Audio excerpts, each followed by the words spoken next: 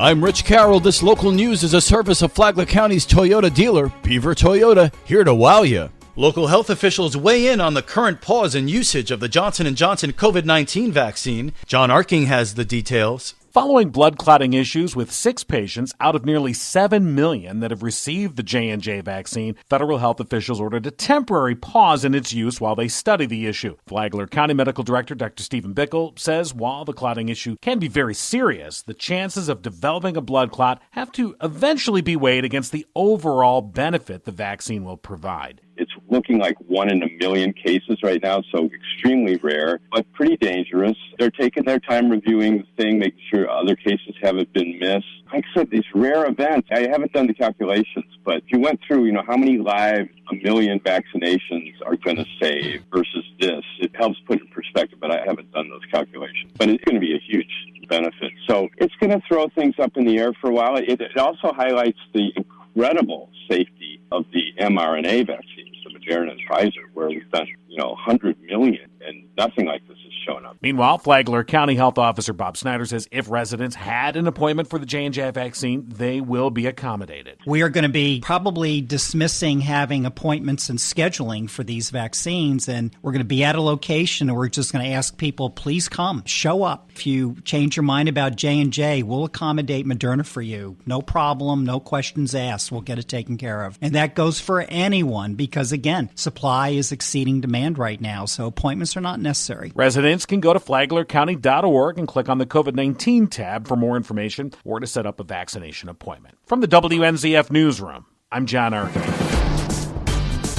A bill that's backed by the Palm Coast Flagler Regional Chamber of Commerce has passed in the state legislature. Karen Johnson reports. The Palm Coast Flagler Regional Chamber of Commerce is applauding the efforts of the Florida legislature, which recently passed SB 50. A major legislative priority of the chamber, which is the second major chamber-backed bill to pass the Florida legislature. According to Representative Paul Renner, SB 50 will require out-of-state companies who sell products in Florida to collect the Florida sales tax and remit payment to the state. It's a fairness and a tax equity issue where if you have a small business in Flagler County, you absolutely have to pay tax on every transaction. But if you bought that same item from an out-of-state provider that is not Amazon through an online platform, you may not pay sales tax, even though you owe it. You're legally obligated to pay it. And so we've just said that that vendor has to collect the sales tax that we already owe. Representative Renner says this bill will level the playing field for our brick-and-mortar businesses who regularly tell us consumers visit their shop only to look up the item online to avoid paying the state sales tax. SB 50 also reduces the Florida-only business rent tax by more than 60%, which will help businesses save hundreds of millions of dollars statewide and help organizations emerge from the pandemic recession even stronger. And the bill will replenish the state unemployment compensation trust fund until the trust fund reaches a balance of pre-pandemic levels. For Flagler's Morning News, I'm Karen Johnson.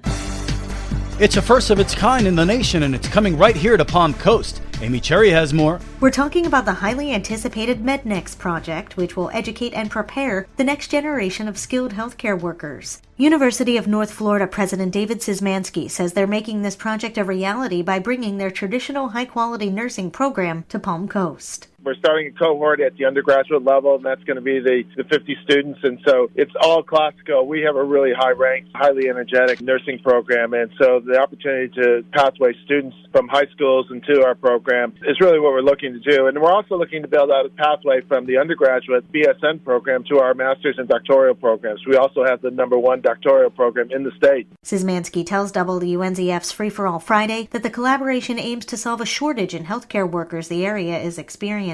We're trying to do our part for it, but it really is the regular rigor of our regular courses and the classrooms with our instructors, and so we're excited. Mednex is made possible through a public-private partnership involving a number of big players. Classes are slated to begin this fall. From the WNZF Newsroom, I'm Amy Cherry. The city of Palm Coast announces new chiefs of staff as part of a reorganization. Denise Bevan has been picked to be chief of staff of infrastructure, overseeing public works, utilities, stormwater, and community development. Lauren Johnson will join the team as chief of staff for citizen engagement, providing oversight for parks, communications, and the city clerk's offices. City manager Matt Morton says the reorganization is aimed at identifying challenges the city faces and coming up with viable solutions. This move is aimed really at strengthening the team around city administration. It's aimed at breaking down some silos, working across departments, and most importantly, discovering innovative responses that will provide the most direct benefit to our residents. And I think by creating these two chief of staff positions, what we've done is increase organizational bandwidth, adaptability, leadership sustainability. Morton says human resources, finance, and fire will continue to operate independently outside the chief of staff system and will report directly to Morton and the citizens of Palm Coast.